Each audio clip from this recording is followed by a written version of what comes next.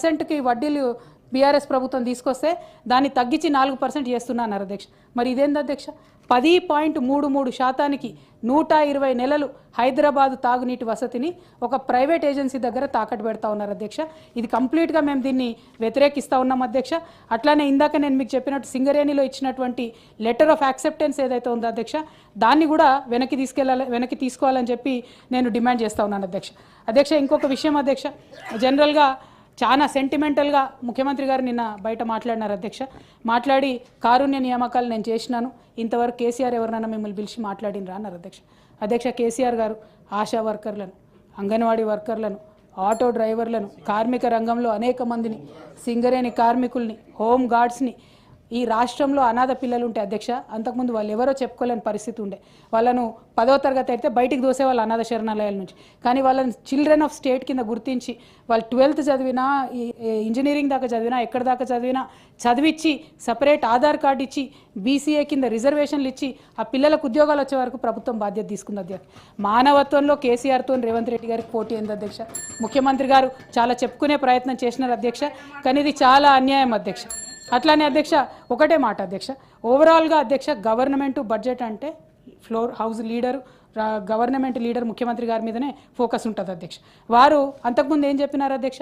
కేసీఆర్ గారు ఎన్నడూ కూడా ప్రజల్ని కలుస్తలేను, నేను రోజు కలుస్తా అని చెప్పారు అధ్యక్ష. December 7, 2003లో వీళ్ళు అధికారంలోకి వస్తే అధ్యక్ష, December 8, 2003 ఒకటే ఒక రోజు రేవంత్ రెడ్డి గారు ప్రజావానికి పోయినారు అధ్యక్ష. ఇంతవరకు ప్రజావానికి పోలేదు. అసలు అంటే ఏంది అధ్యక్ష? ప్రజల్ని కలవరు. సెక్రటేరియట్కు చుట్టం చూపుగా పోతున్నారు అధ్యక్ష. మమ్మల్ని అనేవాళ్ళు సెక్రటేరియట్కి పోతలేరు కేసీఆర్ గారు. ఇవాళ పరిపాలన ఎక్కడ జరుగుతుంది అధ్యక్ష? పోలీస్ కమాండ్ కంట్రోల్లో కూర్చొని పరిపాలన చేసుకుంటున్నారు అధ్యక్ష. అయితే అధ్యక్ష, ఇంకొకటి అధ్యక్ష,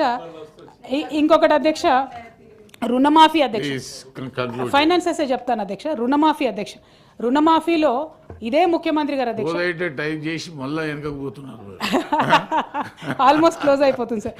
రుణమాఫీ అధ్యక్ష 39,000 కోట్లతోని రుణమాఫీ చేస్తామని మొదలు చెప్పినారు అధ్యక్ష. తర్వాత 31,000 కోట్లు అని చెప్పి క్యాబినెట్ మీటింగ్ తర్వాత బయటకు వచ్చి చీఫ్ మినిస్టర్ గారే ప్రెస్లో చెప్పినారు అధ్యక్ష. ఫైనలీ ఈ బడ్జెట్లో ఏం చెప్పారు అధ్యక్ష? 20,616 కోట్లు రుణమాఫీ చేసినాం, ఇక మళ్ళీ నెక్స్ట్ బడ్జెట్లో పెట్టమని చెప్పేసినారు అధ్యక్ష. అంటే డైరెక్ట్గా సగం మందికే రుణం మాఫీ చేసినారని బడ్జెట్ ద్వారా ఈ ప్రభుత్వం ఒప్పుకున్నందుకు వారికి నేను కంగ్రాచులేషన్స్ చెప్తా ఉన్నాను అధ్యక్ష. అట్లనే అధ్యక్ష, అప్పుల విషయంలో ఇప్పటివరకు నేను చెప్పినాను అధ్యక్ష, మీకు ఫార్వర్డ్ చేస్తాను. వీళ్ళు చెప్పినటువంటి అబద్ధాలు బయటపడ్డాయి. అదేవిధంగా నేషనల్ మీడియాలో మీరు చేసినటువంటి నయవంచన పైసలతో సహా ఇదే బడ్జెట్లో అయిపోయింది అధ్యక్ష, ఇదే బడ్జెట్లో బయటపడింది అధ్యక్ష. అదేవిధంగా ఇరిగేషన్ ప్రాజెక్ట్స్లో వీరి యొక్క అవినీతిని, మిస్మేనేజ్మెంట్ని ఉదాహరణతో సహా నేను చెప్పినాను అధ్యక్ష. సింగరేణిలో వీళ్ళు ఎట్లా దోపిడీ చేస్తున్నారు, ఆ సంస్థను ఎట్లా నిర్వీర్యం చేస్తున్నామో చెప్పినాం అధ్యక్ష. అట్లానే ఈ మెగా కంపెనీకి ఈ నీళ్ళ నమ్ముకునేటటువంటి ప్రాజెక్ట్ ఏదైతే ఉందో దాన్ని కూడా క్యాన్సిల్ చేయాలి, ప్రభుత్వమే 100% డబ్బులు పెట్టుకోవాలని చెప్పి నేను డిమాండ్ చేస్తూ ఉన్నాను అధ్యక్ష. అదేవిధంగా ఇసుక అధ్యక్ష, ఇంకొక చిన్న, ఇది చాలా మనందరికి అవసరమైన ఇష్యూ అధ్యక్ష, దయచేసి ఇసుక అధ్యక్ష. హైదరాబాద్ మహానగరంలో ప్రభుత్వం ఇసుక యార్డులు పెట్టి అమ్ముతుంది అధ్యక్ష.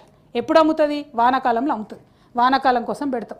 ఇప్పుడు ఏం చేస్తున్నారు అధ్యక్ష? ఆల్రెడీ ఫిబ్రవరి, ఇప్పుడే 1800కు ఒక లోడ్ అని చెప్పి ప్రభుత్వం అమ్ముతుందని చెప్పి నిన్న ముఖ్యమంత్రి గారు గొప్పగా చెప్పినారు అధ్యక్ష. ఈ ఎండాకాలంలో బయట గోదావరి నది దగ్గర 1200 రూపాయలకు లోడ్ దొరుకుతుంది అధ్యక్ష.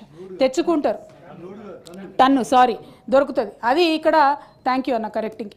1800కు 2000కి ఇక్కడ వీళ్ళు అమ్మడం అన్నది దారుణం అధ్యక్ష. అయితే దీని వెనుక జరుగుతున్నది కూడా ఒకటి ఉంది అధ్యక్ష. ఒక కాంట్రాక్టర్కు మొత్తం రాష్ట్రంలో ఇసుక ఇవ్వాలనేటటువంటి కుట్ర కూడా జరుగుతున్నది. ఆల్రెడీ ఒక 1000 లారీలు తిరుగుతున్నాయి. దీనివల్ల అల్టిమేట్గా ఏం జరుగుతుంది అధ్యక్ష? సామాన్య ప్రజలకు ఇసుక రేటు పెరుగుతుంది అధ్యక్ష. సో అట్లా కాకుండా మంచి పాలసీతో దయచేసి రావాలని చెప్పి ప్రభుత్వాన్ని నేను విజ్ఞప్తి చేస్తున్నాను అధ్యక్ష. అట్లానే ఈ అయిపోయింది అధ్యక్ష. ఇట్లా వీళ్ళు ఏదైతే నీతి సూత్రాలు, వర్క్ ఎథిక్స్ మాకు చెప్పినారో అధ్యక్ష, అవేవి కూడా పాటించట్లేదు అన్నటువంటిది క్లారిటీగా అర్థమవుతుంది అధ్యక్ష. ఇక మేమేమన్నా గట్టిగా అడిగినాం అనుకోండి అధ్యక్ష, మా యువకులకు ఇస్తా అన్నది ఏమైంది అంటే, యువ వికాసం పేరుతోని కాంగ్రెస్ కార్యకర్తలకు 6,000 కోట్ల రూపాయలు ఇస్తామని మొన్న బహిరంగంగా ముఖ్యమంత్రి గారు ప్రకటించారు అధ్యక్ష. సంతోషం అధ్యక్ష, మా ప్రజలకు ఇవ్వకున్నా సరే, మీ గెలుపు కోసం కష్టపడ్డ కాంగ్రెస్ కార్యకర్తలకు ఇచ్చుకున్నా సరే మీరు ఇచ్చుకోండి 6,000 కోట్లు. యువ వికాసం అంటే కాంగ్రెస్ వాళ్ళే అంటే మేము దాన్ని కూడా ప్రజలకు తెలియజేస్తాం అధ్యక్ష. అట్లనే అధ్యక్ష, ఇక చివరిగా 6 గ్యారంటీల పేరుతో అధ్యక్ష, 6 గ్యారంటీల పేరుతోని ఏదైతే ఇది అధ్యక్ష 6 గ్యారంటీలు, ఇందిరమ్మ గారి ఫోటో 6 గ్యారెంటీ. ఈ ఫోటో పట్టుకొని ముఖ్యమంత్రి గారు ఏం చెప్పినారు అధ్యక్ష, ఓటు వేసే రోజు మీరు దీనికి పొద్దున్న లేచి పూజ చేయండి, పసుపు కుంకుమ చల్లండి, ఓటింగ్ బూత్కు వండి కాంగ్రెస్ పార్టీకి ఓటేయండి అన్నారు అధ్యక్ష. పాపం ప్రజలు చాలా మంది నమ్మి అదే పని చేసినారు అధ్యక్ష.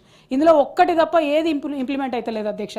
ఈ మొత్తం 6 గ్యారెంటీలను గంగలో కలిపినరు అనేటటువంటి దానికి పెద్ద ప్రూఫ్ అధ్యక్ష ఈ బడ్జెట్.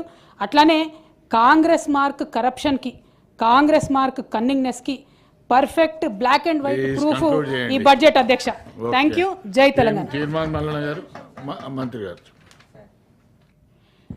కాంగ్రెస్ అంటే త్యాగాలకు మారుపేరు అధ్యక్ష, కరప్షన్ కాదు. ఈ రాష్ట్రం పరువు మేము తీయలేదు, మీ కుటుంబం తీసుంటుంది, మీరు తీసుంటారు తప్ప మేము తీయలేదు. ఈ రాష్ట్రాన్ని అత్యున్నతంగా ఉంచాలనేదే మా ప్రభుత్వం యొక్క లక్ష్యము. ఇవాళ కాళేశ్వరం అంబిషన్ కరప్షన్ కావచ్చు, తరతరాలుగా వాళ్ళ కుటుంబాలకు పదవులు కావచ్చు, వాళ్ళ అధికారంలో ఉండాలనే ఉద్దేశం తప్ప మాకు అలాంటిది లేదు. అలాంటి ఏవైతే ఎలిగేషన్స్ పెట్టిరో అవి కవిత గారు వెనుకకు తీసుకోవాలని కోరుతా ఉన్నా సార్. మహిళల గురించి గొప్పగా చెప్తా ఉన్నారు.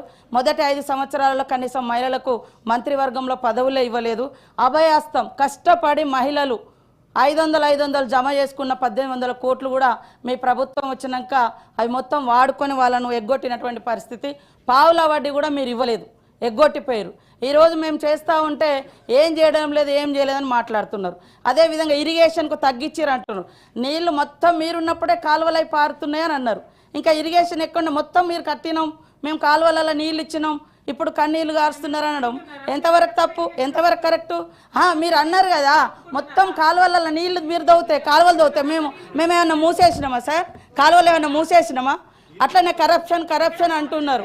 కరప్షన్ మీ డిఎన్ఏలో ఉంది, మీ పార్టీలో ఉంది. మీరు ఇష్టానుసారంగా ఎస్టిమేషన్స్ పెంచి మీరు దోసుకొని తిన్నారు, మేము కాదు.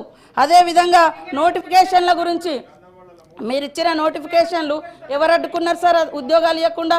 మరి ఇప్పుడు ఎట్లా అవుతున్నాయి? ఇవాళ 59,000 ఉద్యోగాలు ఇచ్చినటువంటి వాస్తవాన్ని కూడా మీరు గుర్తించలేకపోతున్నారు. ఇవాళ కారుణ్య నియామకాలు అంటే చనిపోయిన వాళ్ళ గురించి కనీసం మీరు పట్టించుకోలేదని నిన్న మాట్లాడండి సీఎం గారు. 7-8 సంవత్సరాల నుంచి పెండింగ్లో ఉంది. మేము ఆశలను పిలిచి ఆశా వర్కర్లను ఎట్లా కొట్టిర్రు, ఎట్లా సూదులతో కూర్చుతారన్నారు, ఇవన్నీ ఎట్లా మాట్లాడిరు. కాబట్టి అవును మీరు అన్నీ చేస్తే మరి మిమ్మల్ని అందరు అక్కడ ఎందుకు కూర్చోబెట్టిర్రు? ఇవాళ 1% తోటే అంటున్నారు. మీరు అధికారంలోకి వచ్చినప్పుడు 63 సీట్లు వచ్చినాయి. మీరు అధికారంలోకి వచ్చేటప్పుడు 63 సీట్లతో వచ్చారు. ఇప్పుడు మేము 65 సీట్లతో ఉన్నాం. ఇంకా మీరు వస్తేనేమో గొప్పగా అధికారంలోకి వచ్చినట్టు, మేము వస్తేనేమో తక్కువతో అధికారంలోకి వచ్చినట్టు ఎట్లయితే సార్? అధికారం అనేది అధికారమే. సీట్లు ఇచ్చిర్రు అదే అంటున్న వాళ్ళు ఎంతసేపు మేము గొప్పోళ్ళం. అరే 10 ఏళ్ళల్లో మీరు 10 ఏళ్ళల్లో ఎన్నిళ్ళు ఇచ్చిర్రు? మీరు ఫస్ట్ సారి 10 ఏళ్ళలో వచ్చినప్పుడు 10 ఏళ్ళల్లో అరే మేము ఇయ్యలే. ఉమ్మడి రాష్ట్రంలో అది సరిగా జరగలేదని తెలంగాణ కోసం కొట్లాడి తెచ్చుకున్న తెలంగాణలో మీరు అద్భుతాలు చేస్తా అన్నారు. మీరు మొదటిసారి ఏం చెప్పిర్రు? ఇల్లు సింగిల్ బెడ్రూమ్లు, చిన్న ఇల్లు ఎక్కడ పడుకుంటారు అది అని చెప్పిర్రు. మీరు వచ్చిన తర్వాత ఇల్లే ఇయ్యలే. మళ్ళీ లాస్ట్కి మొన్న 2023లో ఎలక్షన్ల ముందు ఇచ్చిర్రు 5 లక్షలు 7 లక్షలతో ఇల్లులు కట్టిస్తామని చెప్పి ఆ ఇల్లులు కూడా 3 లక్షలకు తగ్గించారు. 3 లక్షల ఇల్లులు కూడా 3 అంతస్తులోకి ఇస్తే అందుకనే మిమ్మల్ని ఇళ్ళలో పంపించారు. కాబట్టి ఈ రకమైన మేము వచ్చి 1.5 ఇయర్ కూడా అయితలేదు. పదే ఏమైంది? మేము ఫ్రీ బస్ ఇస్తే మీరు ఓర్వలేరైతురి, మేము ఇల్లు ఇస్తే ఓర్వలేరైతురి, మేము ఉద్యోగాలు ఇస్తే ఓర్వరైతురి. పదే ఈ రకమైనటువంటిది. ఇవాళ మరి మీరు ఒక పథకం పెట్టిరు, అన్ని మీరు ఇచ్చిన పథకాలను మేము ఇవాళ రాజీవ్ యువ వికాసం పెడితే ఎందుకు అంత మీకు అక్కసు? ఇవాళ బడ్జెట్ లో అదే ఇంటికో ఉద్యోగం అని చెప్పారు. అదే విధంగా 100 కోట్లు బడ్జెట్ లో పోయిన బడ్జెట్ లో 2019 బడ్జెట్ లో ఏది నిరుద్యోగ భృతి ఇస్తామని కూడా బడ్జెట్ లో 100 కోట్లు కేటాయించి కూడా వాళ్ళు ఇవ్వలేదు. ఇట్లాంటి ఎన్నో ఉన్నాయి. కాబట్టి కరప్షన్ లేదా రాష్ట్రం పరువు మేము తీయలే, వాళ్ళ పార్టీ వాళ్ళు తీసిరు. అందుకనే ప్రజలు అర్థం చేసుకున్నారు, ఆ రకంగా చేసిరు. కాబట్టి ఇలాంటి తప్పుడు ప్రచారం, తప్పుడు మాటలతోటి సంకలు గుద్దుకోవడం మంచిది కాదని చెప్తున్నా. ఉన్న వాస్తవాలు మాట్లాడి అప్పులు కూడా ఎఫ్ఆర్బిఎం ప్రకారం 4.5 లక్షలు పైగా తెచ్చిర్రు. మిగతా కార్పొరేషన్ లోన్స్ ఉన్నాయని మేము స్పష్టంగా చెప్తున్నాం. కార్పొరేషన్ లోన్స్ కూడా తెచ్చిర్రు, అవన్నీ కూడా బయట పెడతాం. అప్పుడు మీరు ఒప్పుకోండి. మరి మీ హయాంలో 7 లక్షల కోట్ల అప్పు అయిందా కాలేదో మేము చూపిస్తాం. సీఎం గారు బరాబర్ చెప్పిండు అప్పులకు అప్పులు వడ్డీలు కడుతున్నామని. అయినా కూడా అదే రకంగా మాట్లాడు. ఈ రాష్ట్రం పరువు మేము తీయలేదు, ఆడేళ్ల పరువు అసలే తీయలేదు, మేము తీయలేదు సార్. తీర్మార్ మల్లన్న గారు. ధన్యవాదాలు అధ్యక్ష. బడ్జెట్ ప్రసంగం పైన